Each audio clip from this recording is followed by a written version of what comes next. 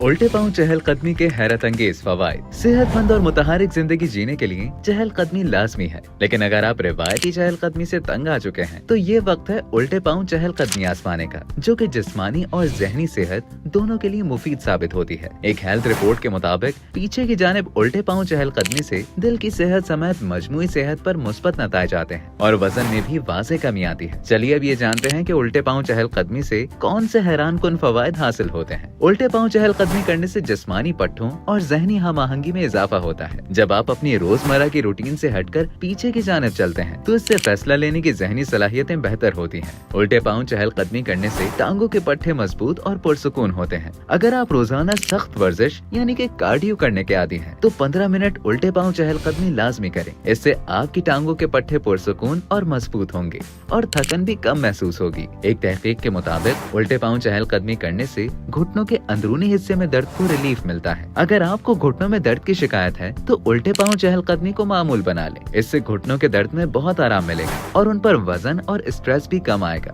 एक और रिपोर्ट में माहिरीन बताते हैं कि उल्टे पांव चलने से जिस्म में हार्मोन्स का मुतवाज़िन इखराज होता है, जिससे आपको पुरसुकून रहने में मदद मिलती है। रोजाना की बुनियाद पर 15 मिनट रिवर्स वॉकिंग करने से कमर के दर्द और कमर के पट्टों में अकड़ाहट की शिकायत दूर हो जाएगी। अगर आप खुली फजा के बजाय घर में ट्रेडमिल वॉक कर रहे हैं तो ट्रेडमिल की रफ्तार हल्की रखें। उल्टे पांव चलते हुए इस बात को यकीनी बनाएं कि पीछे कोई रुकावट न आए। अपने टखनों की हिफाजत के लिए जॉगिंग शूज का इस्तेमाल लाजमी करें। बेहतर नताइज के लिए वॉक और रिवर्स वॉक दोनों 15-15 मिनट तक कर सकते हैं।